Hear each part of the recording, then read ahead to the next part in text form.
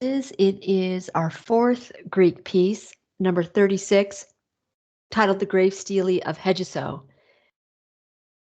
It is in terms of form, a stele, which we know a lot about now. It's about 5 feet high, and we have two women here. One is seated. Notice the chair. This is not an inexpensive chair. We're showing some wealth here. And there is another woman who is standing, and both of them have their hands on a box, which we take to be a jewelry box. The scene is defined by some architecture. We have a pediment up here. This triangle is a pediment, the top of a building. And then we have these pilasters on either side, which the chair migrates into. And that defines the fact that we're seated, they're standing and seated in a domestic environment, a home. The form also is that this is a classical carving. We know that partly because of the date. In the 5th century, there's my cat Lupin, this was made, and that indicates that it's likely the classic era of Greek sculpture.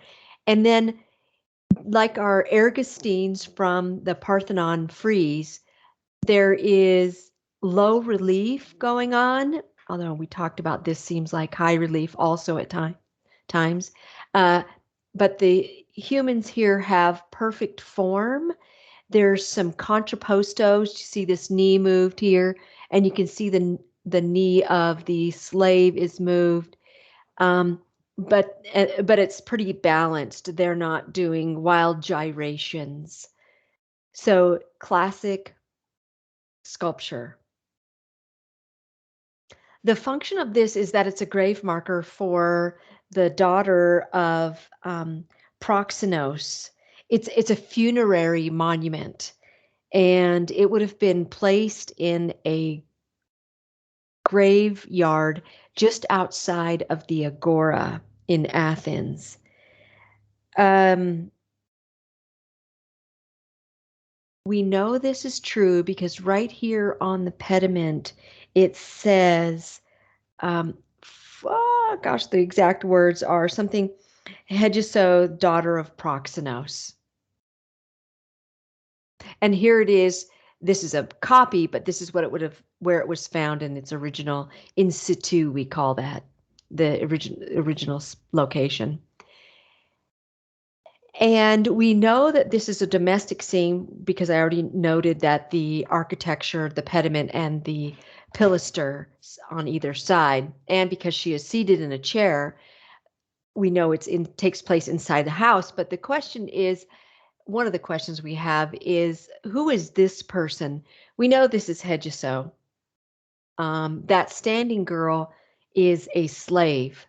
In Athens, there was a social hierarchy that included citizens who were born in Athens, foreigners, and slaves.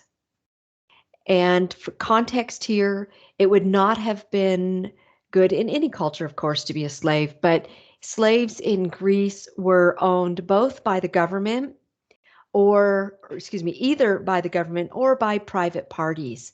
And the slaves owned by private parties could be, working in a home like our domestic scene here with the Stele of Hegeso, or they could have been, in this case, you see slaves that are being whipped or threatened with whipping by their owner. And they could have, here's another, probably a slave and his owner. And I don't know if he's got a whip in his hand up here, but treatment was not good necessarily. It could have been better in a domestic environment. The slaves owned by the government could have been forced to work in silver mines, and they could have been killed pretty quickly. It was a horrible life. More context, this is a statue of women. It's not our first. The Ergostines was our Greek woman, and the peplos core was a Greek woman. But women in Greece, especially, kind of the wealthy women, they weren't necessarily treated great either. They couldn't vote, they couldn't own land or inherit, choose their spouses. They could be married at a pretty young age. They had to go outside with coverings.